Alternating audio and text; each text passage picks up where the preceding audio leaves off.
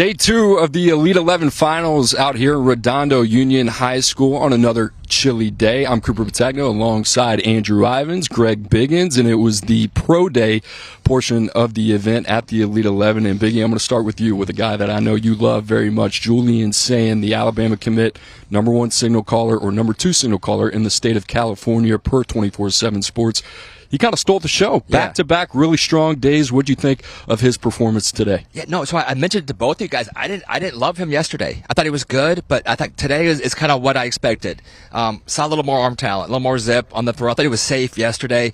Tonight, even his incomplete passes, the little Doug Flutie jump pass, it was still kind of cool, right?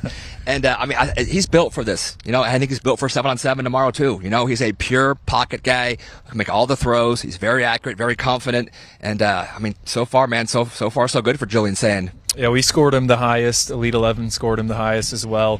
Cooper, you called it in the stands. This was moving day, right? And I think he created the conversation in our rankings. Who's number 1, him or Dylan Raiola? I think, in my opinion, it's Julian Sayin, right? He's had really strong days back-to-back. That's what we wanted to see. And to me, we call it moving day, U.S. Open right here in California right now. Ricky Fowler had a big day, but Julian Sayin, same deal. I think, Drew, you talk about consistency with Julian Sayin. That's what we've seen. I think the guy that is the challenger right now, and he's typically not in that position, the number 1 player in the country, that's Dylan Raiola. He had a really strong day. He was in that conversation as well. What were your thoughts on him overall? Oh, the arm angles, right? When they kind of moved him around on some of those scripted throws. All the quarterbacks had 20 scripted throws. They're not throwing to their normal wide receivers. There was some Power 5 talent out there, right? Luke Reynolds, the Penn State tight end commit, I think he ran like 120 routes tonight, but man, he caught everything. So it's not their receivers, right? The timing's all messed up. I thought with Raiola and Sayin, both those guys could make every throw. And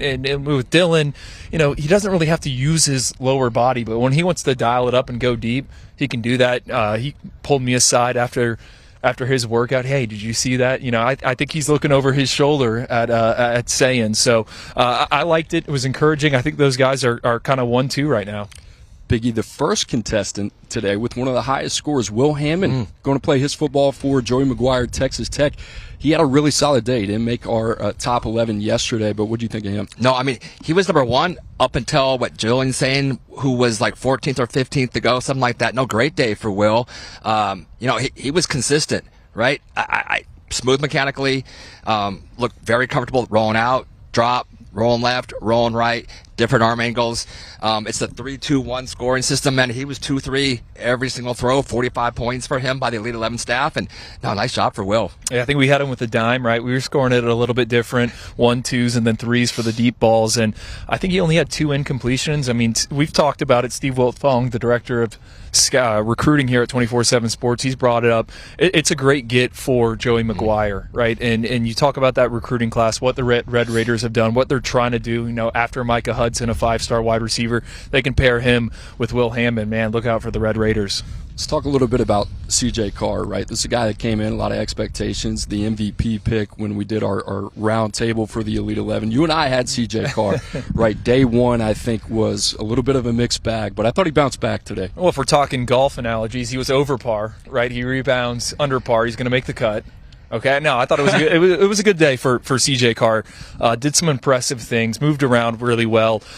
Some deep balls that I thought popped, flash, and I think he's ready to go heading into the final day, which is going to be that 7-on-7. I think he's firmly in the mix. I was really impressed with just kind of how he rebounded. He was my runner-up, just to add to you guys coming in. I love the way he throws it, and a top 5 arm talent, change of speeds.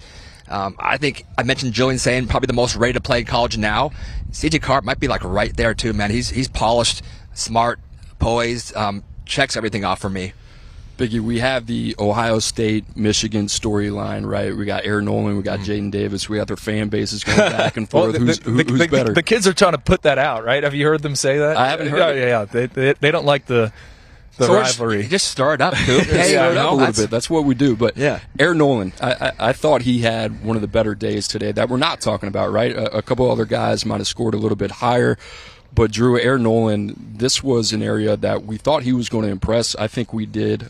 People around here, especially when you talk to the Elite 11 coaches, Chris Peterson, he loves his OKGs, the way the guys are wired between their ears. He can't stop talking about Air Noland, but I thought he impressed on the field today. Can I get a little spicy here with a take? Go ahead. We had the college counselors out here. Michael Penix, left-handed quarterback. I don't think was that big of a difference between his pro day workout and then Air Noland, who was also a lefty out here. I thought he threw a great football. We've continued to say it, the off the field, just how he handles himself. He too can make all the throws. And I think the one region or area of the field where he struggles a little bit, it's kind of over the middle. You think it's the toss to the outside numbers, and he hit both those during the scripted pro day tonight here. This is not a pro day that is scripted for left-handed quarterbacks. So I thought that first throw that he made, that fifth throw out of the 20 throws that he had to make rolling to his right, he did some impressive things. A lot of positive buzz around Air Noland. Greg, Drew, before we get out of here, is there one or two names you want to mention that really kind of stood out today that maybe is not in the top of the conversation, but a name that needs a little bit of love? I like Grunk. I'm gonna call him Gronk. I'm not sure if that he wants that or it's gonna stick, but no, he was I want to say 11 for us yesterday. I mean, for me, he's a dude, and I get the scoring system, but I'm just looking at how they throw the football. So I liked him better than his score. I love the way the ball comes out. I love the release. He's quick with it. He's decisive with his ability to get the ball all over the yard. For me, man, he's a stock-up guy. Penn State got a really good player there. Yeah, I agree. I mean, I think the deep balls for him kind of hung up there a little bit, but anything that was that 10 to 25-yard range, he was dialed in. And the velocity popped. I think that was the first thing I posted when I arrived here at the Elite 11 finals. I'm like, this kid's got an arm. It was my first exposure to him. He follows it up with a second solid showing. I'm going to talk about DJ Lagway, the Florida commit. Right? You talk about guys that are ready to play right away. I don't think DJ Lagway is there just yet, but I thought he did some things during his pro day workout where I was like, wow. Right? I keep saying it with DJ Lagway.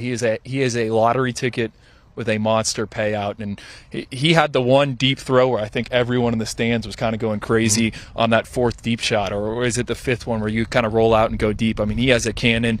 Talking to him afterwards, he's only been playing quarterback since he was in 9th grade, former safety, so I thought he did some encouraging things. I'm going to go Elijah Brown, modern-day quarterback, 29-1. Biggie, you and I have talked about him a lot. Andrew, same deal.